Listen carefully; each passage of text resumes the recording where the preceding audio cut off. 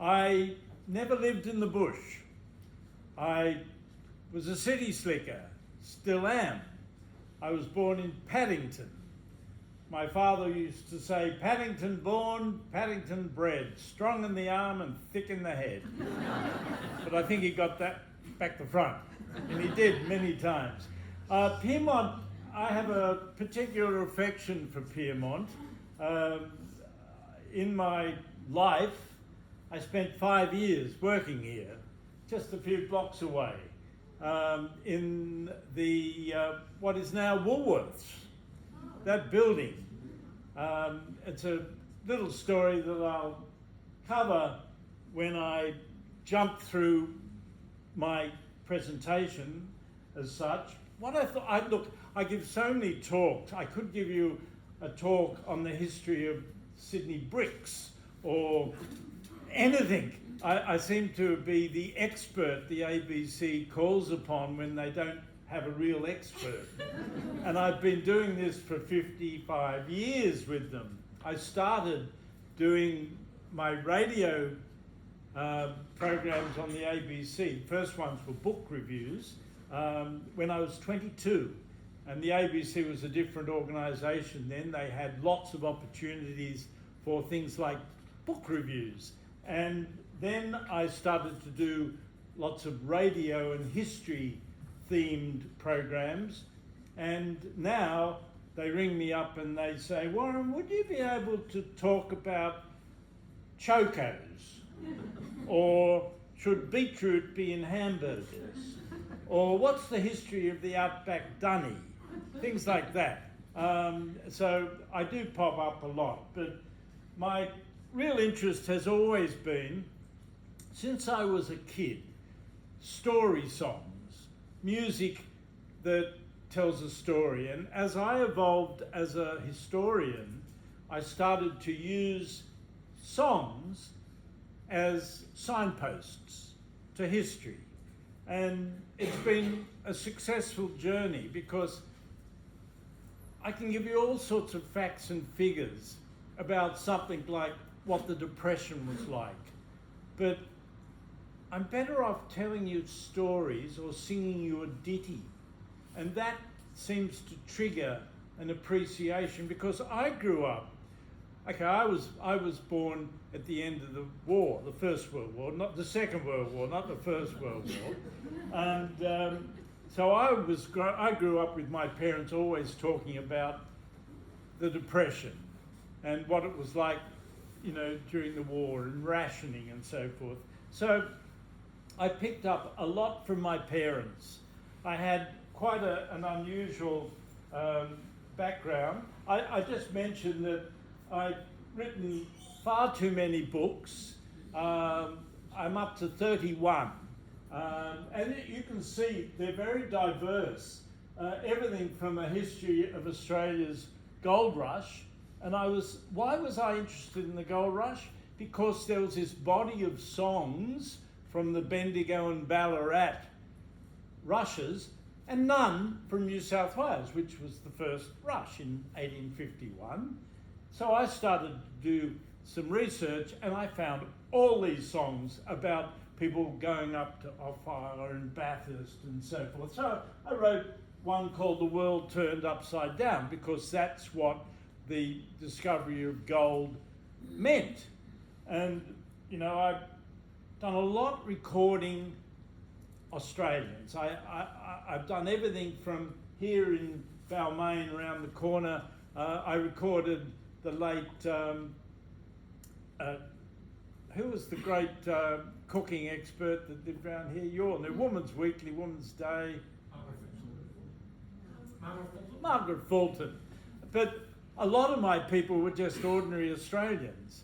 And I was lucky to go out with a tape recorder when I was a younger sort of person, around the late 1960s. And I lived in a combi van for a year and just went round and with my tape recorder and collected from people. A lot of them were people born at the end of the 19th century. Well, I can't do that now. And those songs and stories have disappeared. But I was really interested to put these into book form or radio programs or recordings and give them back. So I see myself as a bit of a folklore recycling unit. But I've also done things like the history of food in Australia. My most recent book, a couple of years ago, was Dead and Buried. It was a history of Sydney's earliest burial grounds. Big book.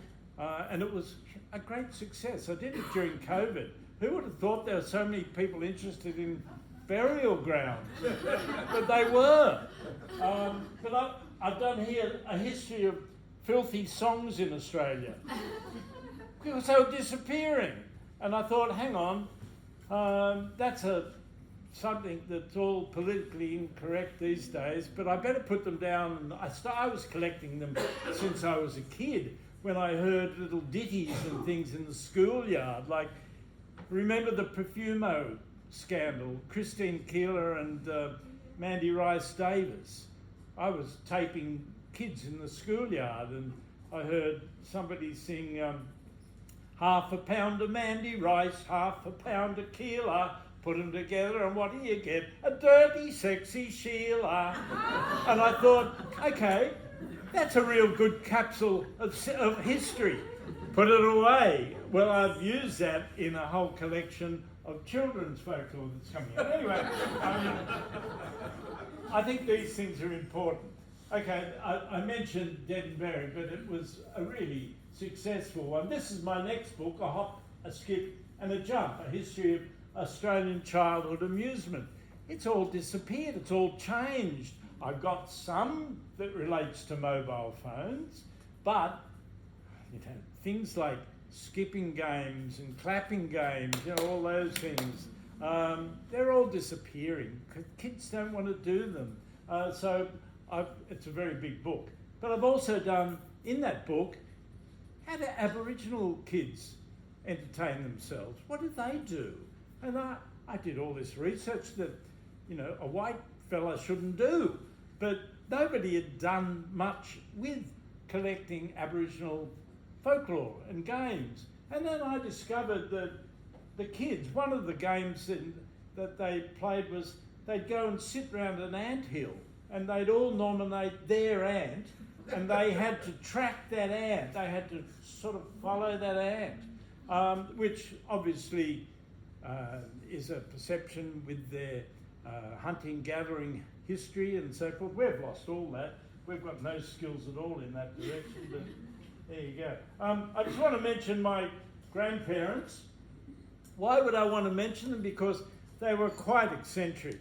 My father was the eldest of 16 kids, Irish Catholics. They lived in a house, cottage in Balmain Road, Leichhardt, where the boxing stadium was. 16 kids. There were 2 sets of twins. 2 of them died and the rest, one became a brother, and they were amazing. And that's them there, Jack and Mary. And my mother's family, 9 kids. She was the eldest of 9 kids. And they were East London Jews. And only recently, I did an ABC, I was talking about the burial book. And I mentioned that up at Rookwood, there's a whole section for gypsies. And, the gypsies come along with their case of beer and a couple of Aldi shopping bags, and they put their feet in the Aldi shopping bags and tie them up, and they sit there and have a beer because you can't tread on the grave. So they all wear plastic shopping bags on their feet. Anyway, all these people rang up 702 and said, "Can you tell Mr. Fahey you can't say gypsy? It's derogatory." I went, "Oh, all right." Travelling people. So that was fine, except this is the honest truth. My sister, I'm 80 in 5 months' time. My sister's 8 years older than me. She rings me up and said, You won't believe this, but her daughter, who's in the 50s, has always been tracking the family history. And Polly Solomon here, she finally got her birth certificate. And on it, Gypsy.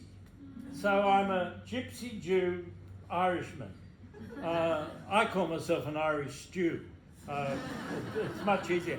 John MacDonald, who was the arts editor of the Sydney Morning Herald, I don't know if anybody saw it, but I did an installation at the top of Cockatoo Island in the barracks there for the Biennale in 2010.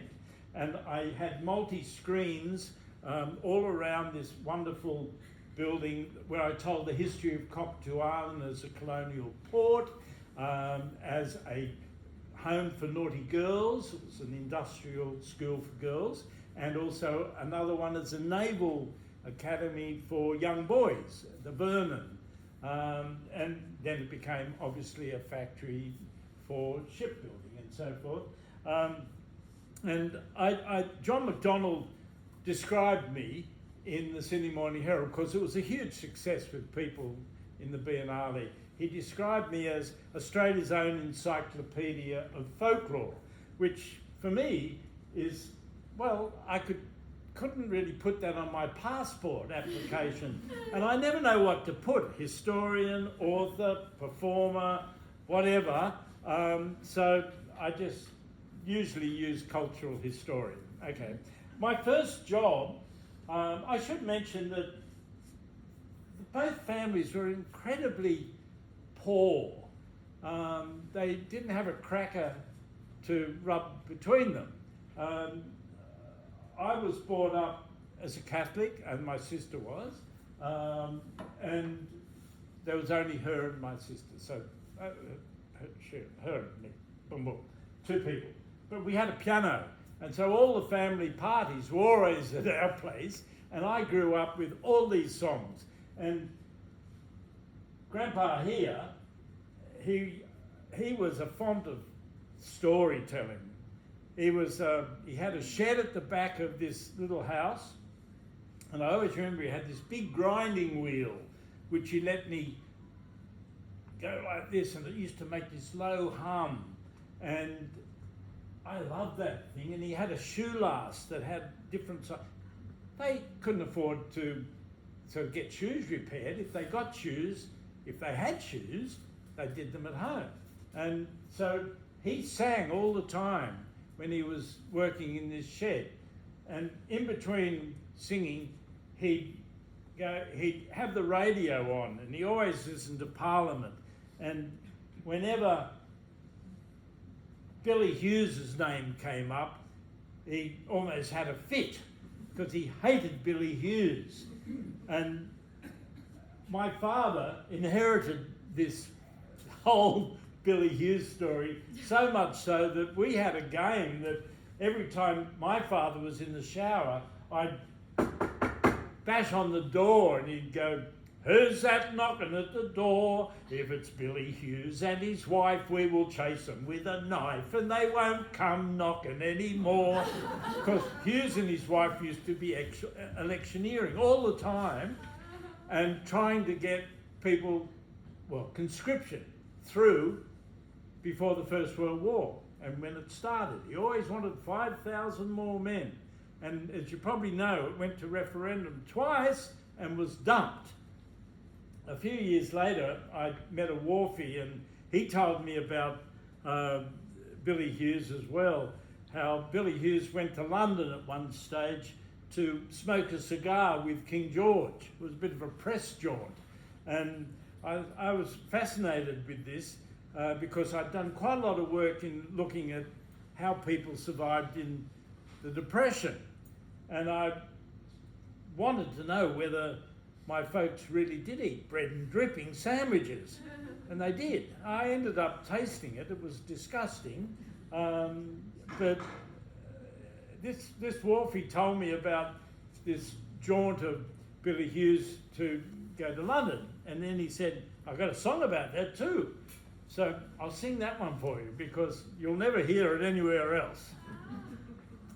That dirty little mongrel Billy Hughes is trying to introduce that damn conscription for boys and for men, and of course for him we've no use. He's a rat, a dirty low skunk.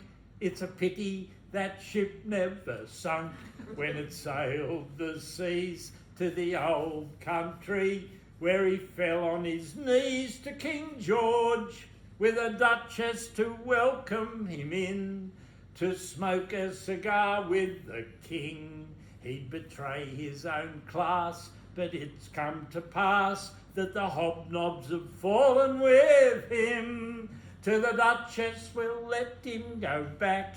His party has given him the sack, and with one union grand we'll soon own the land. Dump Hughes right off our backs. So these songs all tell stories. I've got hundreds of them, and I think sometimes they should put a plaque around my neck as a heritage site.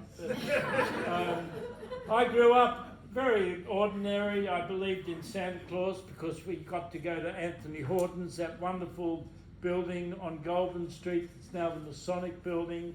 But when I was a kid, we went there, and Father Christmas always came up to the top floor.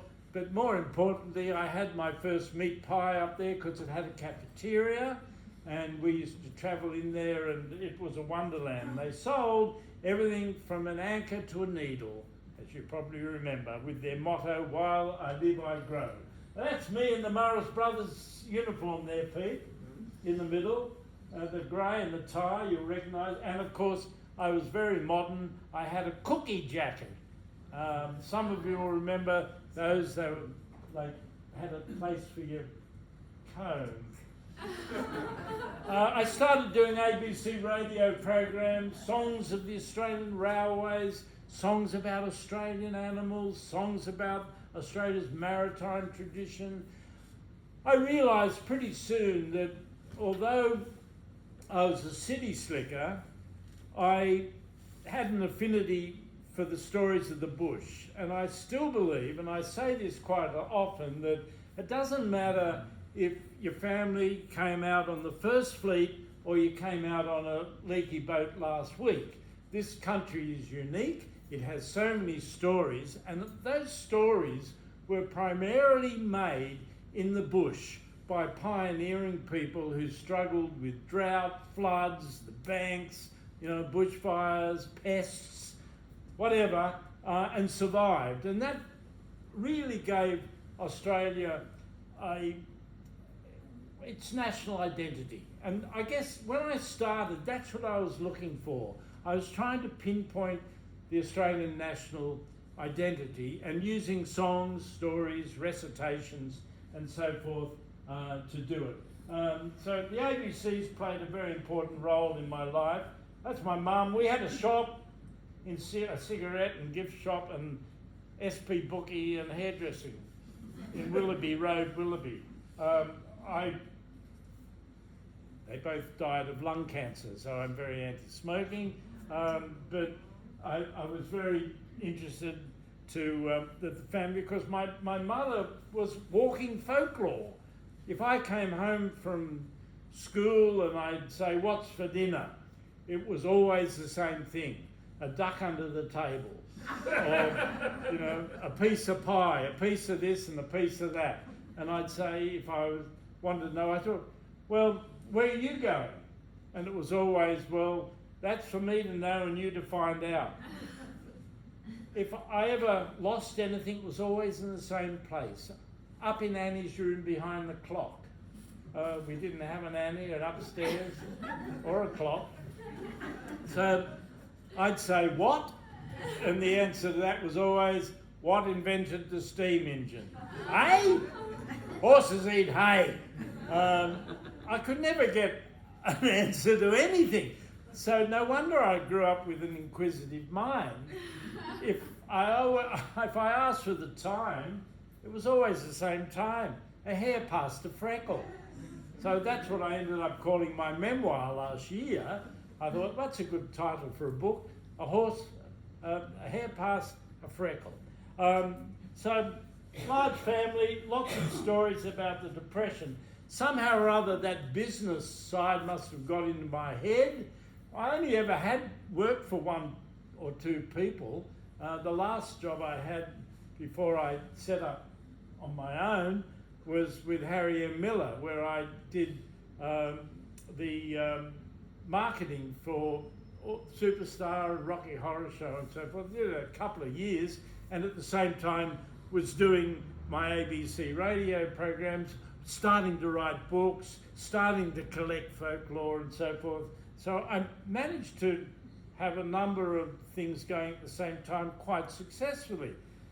I ended up with a shop. I don't know how. I had no idea to start a business. This shop, somebody mentioned it earlier.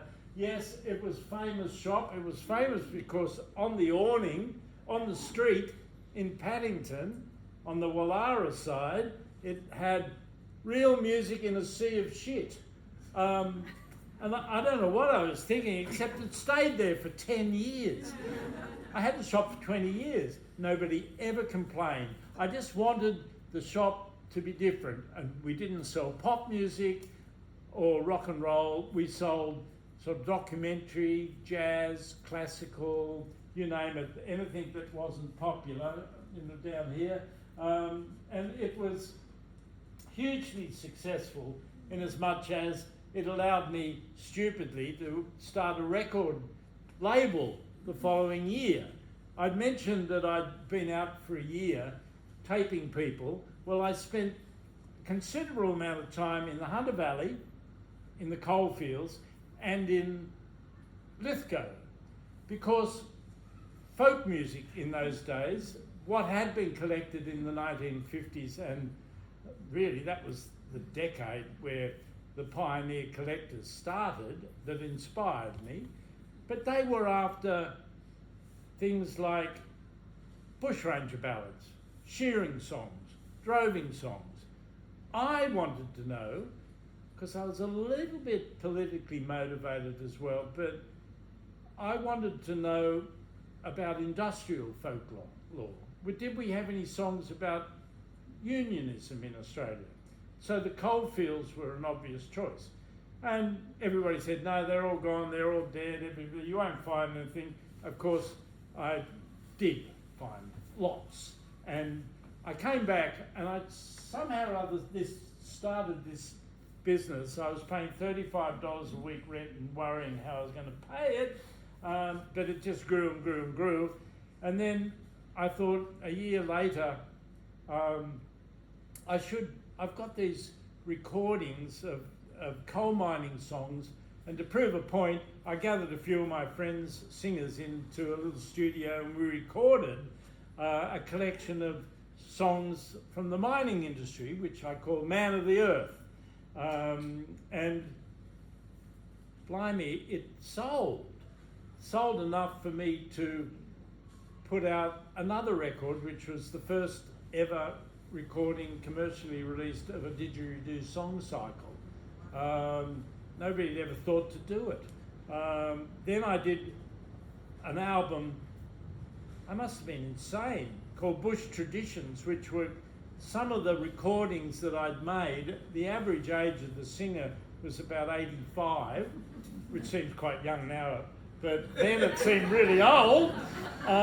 These unaccompanied shearers and drovers singing these songs, and I put this album, LP of course, out, and that sold. Roger Cavell, the classical reviewer of the Sydney Morning Herald, did a story on the front page because one of the singers, Joe Watson, lived in Sydney, in Caringbah, and he thought it was interesting. So that's me in the shop when it started. Yeah, I had a beard, proper one, black. Put out so many catalogues and things over the years.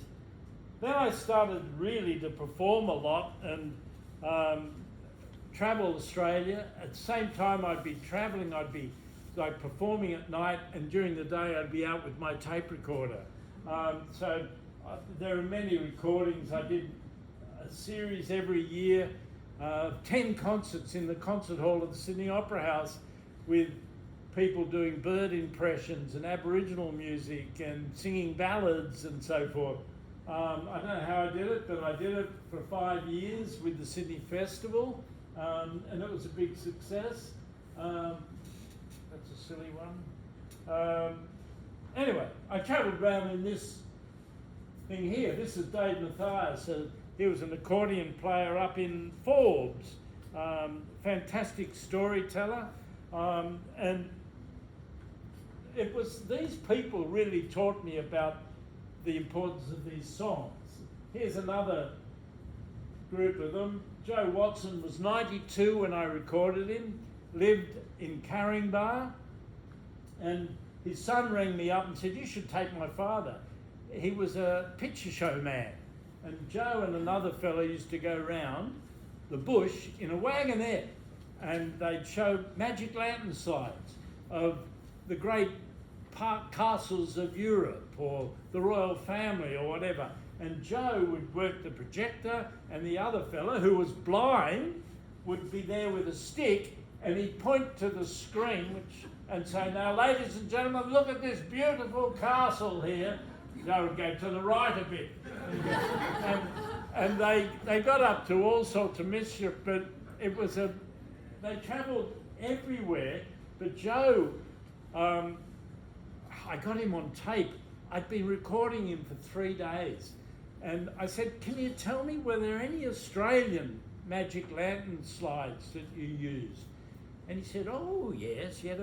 Although he was born in Australia, at Burrawa. You know where that is? Near Young. He used to always say, "Burrawa was Burrawa when Young was a pup, and Burrawa will be Burrawa when Young is buggered up." There was a lot of jealousy between the two towns because Burrawa was older than Young, right? And Joe kept the pub there in Burrawa. And he said, "Yes, we had a series on the Kelly Gang." Of course, my eyes sort of opened up. I'm thinking, oh my God. I said, was there a song that your mate sang? Paddy Doolan, his name was. Did Paddy sing a song about the Kelly Gang? And he looked at me and he said, "Oh yes." I went, all I could think of is, God, why wasn't Paddy Doolan here so I could tape this song? Because, you know, a song about Ned Kelly and the gang. And I said, "You don't remember any of the words, do you?" And he put his head back and he went, "Oh, Paddy dear, and did you hear the news that's going round? On the head of old Ned Kelly they've placed £5,000. And he stopped and he looked at me and I said, "You don't know the tune, do you?" And he sang 16 verses. The only time this ballad of the Kelly Gang had ever been recorded.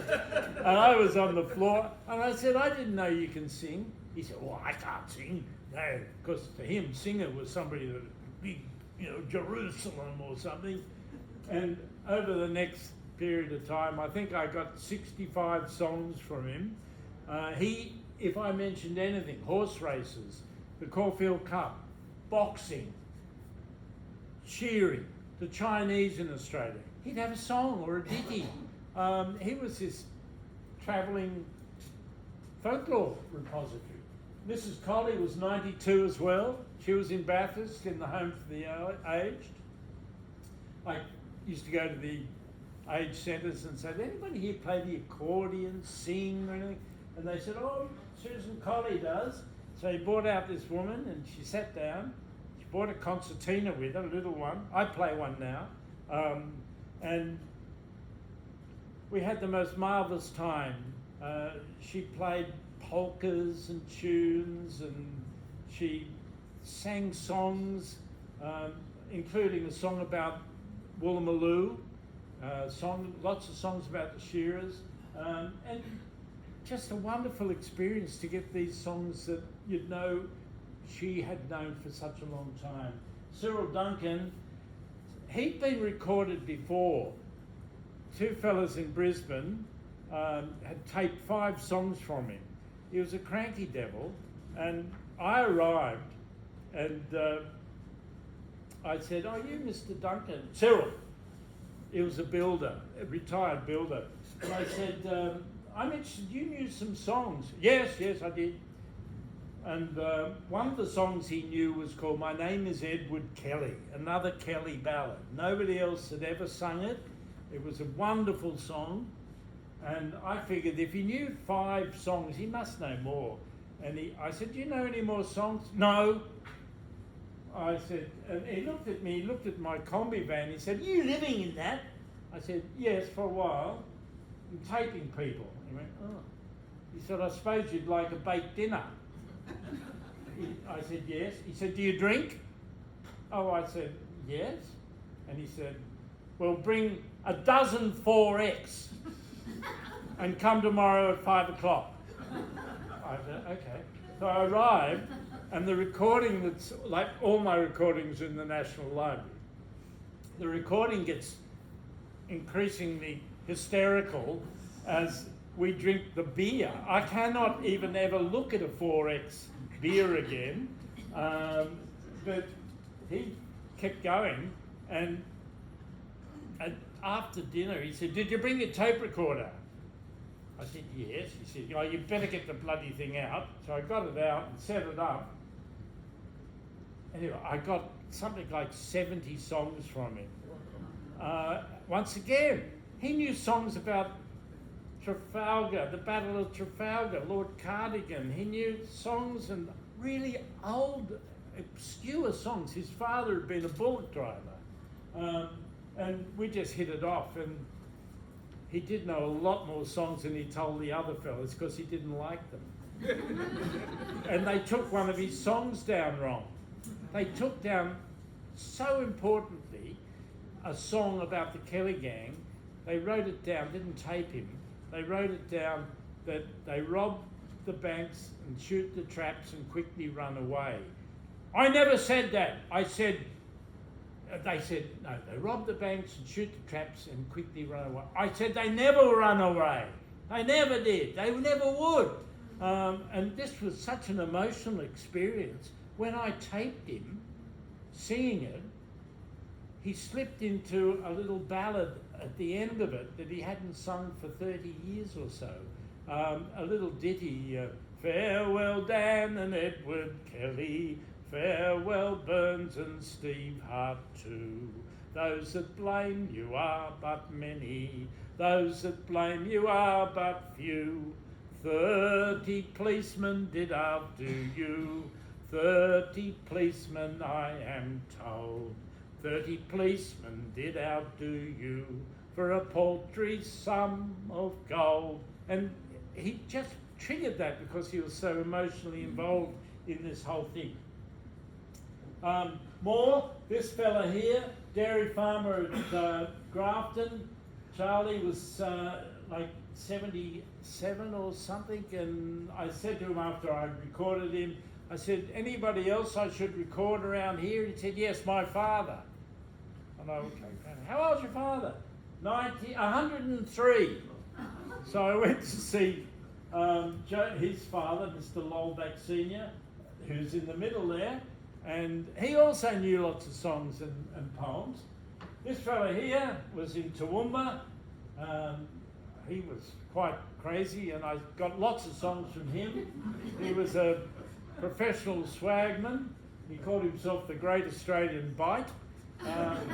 And I went to see him in this little cottage, and I knocked on the door and there was no noise, and I went like that again, and I heard somebody in there, and then I heard from his side, I did, and then he did it. "Open up the door!" And he opened up the door. He's got these side chops on, and wonderful storyteller. He'd met Banjo Patterson and lots of songs as well. So that's what I play, a little concertina. I've been playing it for a long time. I was going to bring it, but I sung you a few songs anyway.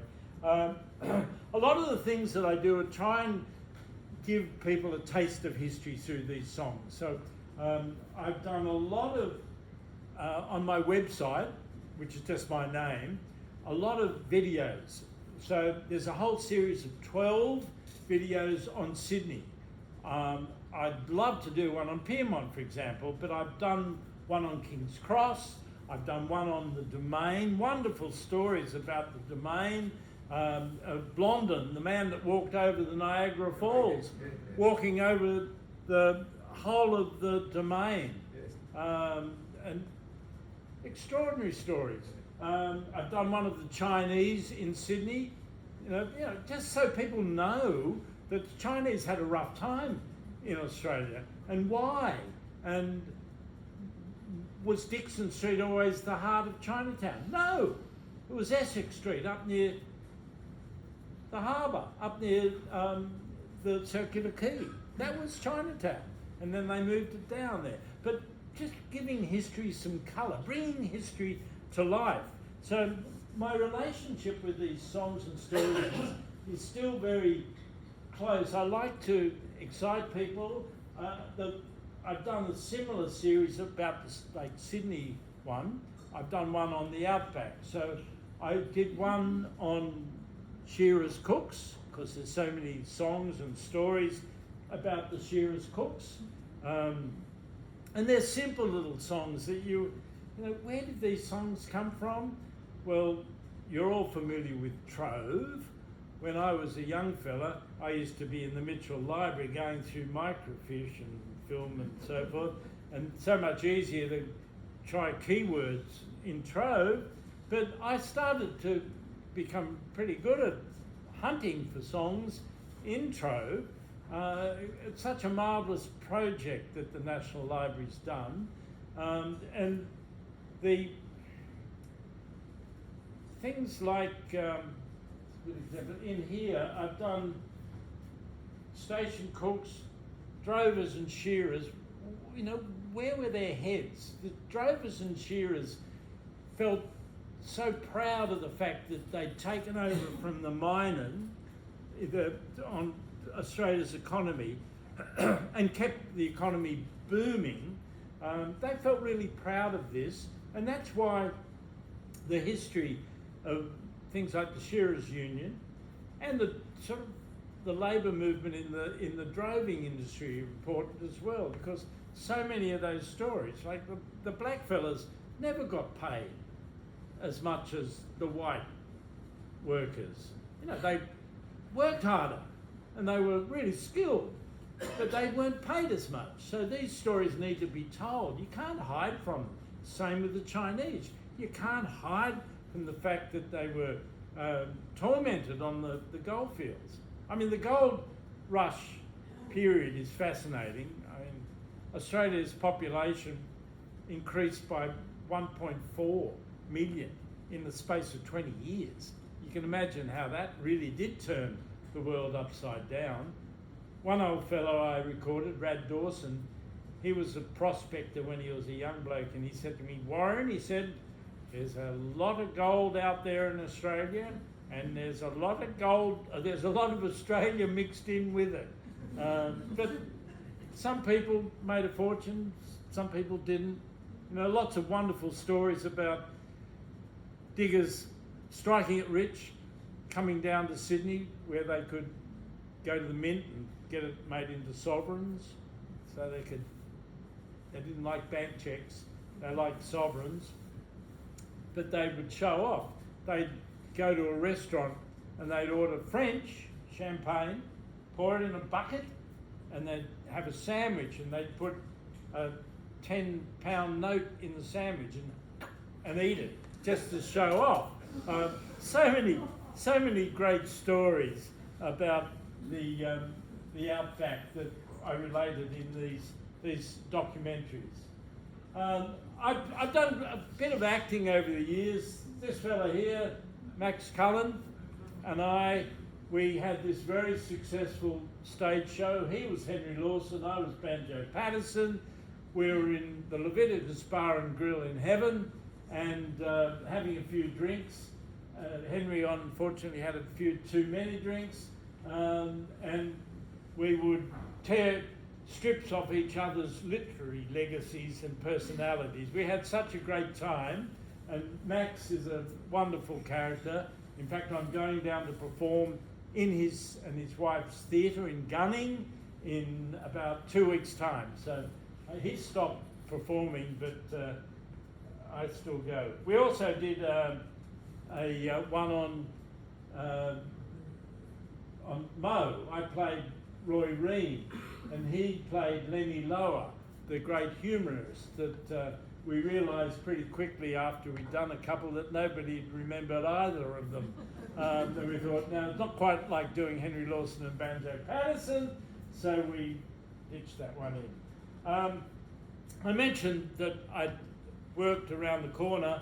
Well, I had this record label called Larrikin, which struck a certain amount of infamy because I sold the publishing company, which owned the rights to Kookaburra Sits in the Old Gum Tree, and the people that bought it off me, not me, sued Men at Work for using it in Down Under. And I spent all this time, and I still get them, but I was getting death threats every month from people thinking that I'd sued Men at Work, so that I wouldn't do such a thing. But Eric Bogle and Eric Bogle, who wrote and the band played Waltzing Matilda, one of the great songs in Australia, have worked together for 45 years. I've represented his music. I don't know where I get time, but I did. But I sold the record company after 20 years. I get bored after 20 years. Sold the shop after 20 years. Sold the record company after 20 years to Festival. And they said, as long as you come and work there for 3 years. Well, I stayed 5 years working above what now is Woolworths in the Castrol Motor Oil building, and had a great time. It was owned by Rupert Murdoch. Before that, it was owned by L.J. Hooker. So I didn't have anything to do with Murdoch, but I enjoyed working around here and had a great time sort of just doing my thing. And I hadn't been there 6 months, I think, when they fired all the management and they made me deputy managing director. And they said, I don't know how I did it. So I spent 4 of those 5 years as deputy managing director of Festival and Mushroom Records, and without any interest in pop music really, or rock and roll, but it enabled me to put out all the things that I like, and that included reissuing all the early rock and roll recordings of Festival, the Johnny O'Keeffe's, the Deltones, Cole Joy, who died the other week, who had his office not far from here. So lots of wonderful memories of this area. I mention this because that's the next cab off the rank. I'm looking forward to getting that out. It's a big book. That's probably enough from me. I've got time for a few questions. I can sing one song, one more song. This is a song my father used to sing to me, and it's a children's song. I mentioned the Kookaburra problem. The kids at school, even they had to go at that as well, and they changed it as kids do. You know, kids change all sorts of things. They changed that one to Kookaburra sits in the old gum tree, screwing all the birds it can see. Stop, Kookaburra, stop. Kookaburra, that one's got VD. I don't write these. I am the recycling unit that puts them out. Before I sing, I'll just give you this has been a huge success. I'm interested in inner city living, and obviously you are as well. But I wanted, one of the first things I did, I lived in Potts Point for 20 years, and I wrote this book called The Good Old Bad Old Days about the history of Woolloomooloo, Rushcutters Bay, King's Cross, Elizabeth Bay, and Rushcutters Bay, Potts Point. Lots of photographs that anybody's interested. I've got a few of those. All the books are 25. just one little thing about Rushcutters Bay. I thought it might have been the most boring of all of them. Of course, it wasn't. Even that on the cover, that was the White City. Do you know about the White City? Not the tennis courts. No. In 1912, they opened 7 acres of a white city. And it was called the White City because it had mountains with scenic railways. And it was all painted white. And it was this pleasure garden that 25,000 people would descend on the weekend, where there would be aerial walkers. There was a Japanese village with real Japanese they bought out. There was the biggest scenic railway in Australia. Who would have thought? And it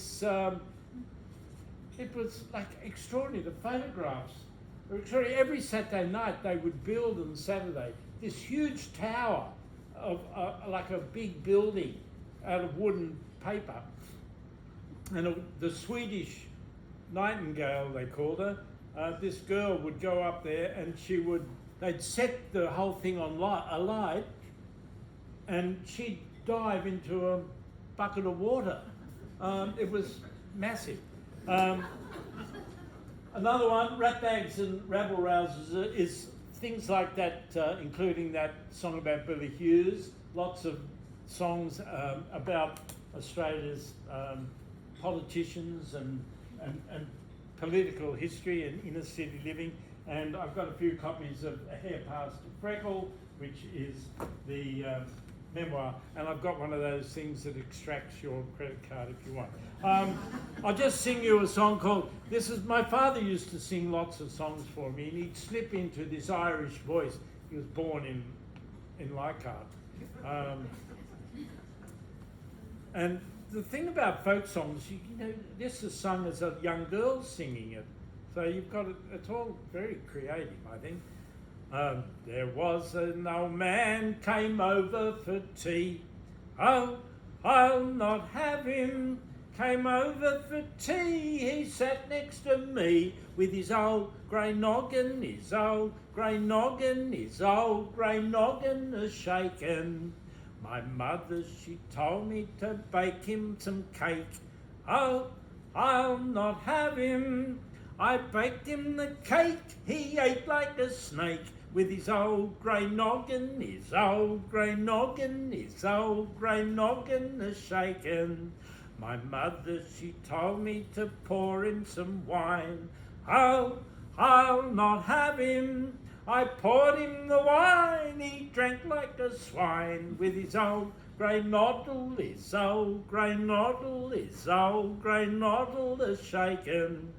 My mother, she told me to chop him some wood. Oh, I'll not have him. I chopped him some wood. The silly fool stood with his old grey noggin, his old grey noggin, his old grey noggin a-shaking. My mother, she told me to put him to bed. Oh, I'll not have him. I put him to bed. I chopped off his head and his old grey noggin, his old grey noggin, his old grey noggin stopped shaking. Okay. All right, we've got time. Who's got some questions? Anything at all? Just question. Warren, that was sensational. You did it all. You it was uplifting, authentic, creative, and very much a Pyrmont story. So, any questions? I've exhausted you. Come on, you can ask me about. I'll tell you one thing you might want to ask me about. I'm very involved in the community where I live in Potts Point, Kings Cross, Elizabeth Bay, that area there. Although I've just bought a terrace house in Darlinghurst, so I'm one street away from Kings Cross. But a lot of the people live there. 98% live in high-rise, in apartments, flats. So it's got a unique history, as you do here. A unique history as a waterfront industrial area, residential. But we were we worried about how to create a community. And I set up with a friend of mine a Facebook group, and this is a great model called Potts Pointers, and long story short, it's now been going for 14 years, and I post lots of history stories on it, but we also have little events. We use it to promote businesses, local business, to answer questions. People are always picking up keys or phones that have been dropped, and it's put on Potts Point. The population of our area is 18,500, right? It's got the highest population density in Australia. Slowly, it's coming. Will soon come to second to Green Square, I think. But at the moment, considering it's like this, we have, I think, 17,500 members of our Facebook group. It's just, people just love it, and it's brought the community together, and people know each other. It's a more concentrated area, but people are actually, they say that it's made the whole place friendlier, more interested in its local history, because it does have the highest concentration of Art Deco elements and buildings in Australia. People don't know that, but it does. And every precinct that's got history needs to put it out there somehow. And I've found Facebook has been really valuable for that. So anyway, questions? Yes? You must know the song 1891, the price of wool was falling in 1891. I do. The Helen Palmer song, yes. That's right. So that was only written in 50s. So Yeah. some long time Yeah. After the events. Would you still consider that for your books, or is it in a different category? I think it's in here because I do think it is a very important song, because it's about the Union strikes in the 1890s that crippled the east coast of Australia. And it's a very good example you bring up, because we're talking about is a contemporary song, which is written in the 50s, right? A valid folk song. Well, folk song, what's a folk song? I don't know. I look for songs that tell stories. I've found songs in the Boomerang Song Stuff about taking a ferry trip around Sydney Harbour. Now, important song. It talks about how the telephone became popular. So I put that in the same bag. And I don't really like writing or rewriting history, but one would say, why aren't there songs about the Eureka Stockade? There are no songs from the Eureka Stockade. There are no songs about the riverboat trade that was so vital to Australia, and especially New South Wales and Victoria, with the wool industry sending, taking bales of wool from as far as Bourke. At one stage, Bourke had its own stock exchange. That's how important it was. No songs about it, about the river trade. So, yes, that's a valid point. To me, songs are songs. But if I can put them in historical context, all the better. God, you're a shy lot. Warren, who's following in your footsteps? No one. No one. This is fantastic work that you've done. A great legacy. No one that I know. I hope there is somebody. Have a look. But look, I think I do sort of my work to inspire people, tap people on the shoulder and remind them about our colonial past. We live in a different society these days, but it's important that we know the elements of who we are. I don't know, I hope there are people. Yes? Did you find any songs, you mentioned the Chinese in Australia, did you find any songs about the Chinese? Yes. Could you tell me about them? I could sing you a verse of, well, there were a few, quite a lot actually. They weren't very complimentary. One of them that I found, which Joe Watson, the old fellow from down at Caringbah, sang me, was there was the song. The premise of the song is that you're better off being a Chinaman than an Irishman because you're better. Oh, what's the use of talking? They won't let the white man live. For if there's any work to do to a Chinese man, they'll give. So come all you fair-haired natives, take my advice and plan, and turn your skin the right side in and become a Chinaman. Oh, goodbye, Mrs. Doolan. Oh, ta-ta, Mrs. Doyle. No more I'll roam around Ireland or plague your Emerald Isle, for I am bound for China. It's there I will be found. I'm off to join the Chinese men, for Hong Kong I am bound. When first ever I put my foot upon that girly ground, I'll scour the whiskers off my face, they won't grow any more. My eyebrows upside down I'll turn, my skin I'll yellow tan, and I'll eat my rice with chopsticks like a new chum Chinaman. Oh, goodbye. And it goes on to, I'll wear it. No, it's got a kick in it, you see, because then it goes on after a while. Whenever I'll learn to carry baskets, I'll carry them on my back, and I'll pick up the lumps of gold that I find on the track. And when I've made my fortune, back home I'm coming back, and marry the girl I left behind, and her name is Magpie Black, an Aboriginal girl. Oh, goodbye, yeah. So, anyway, that's it. Thank you, Warren.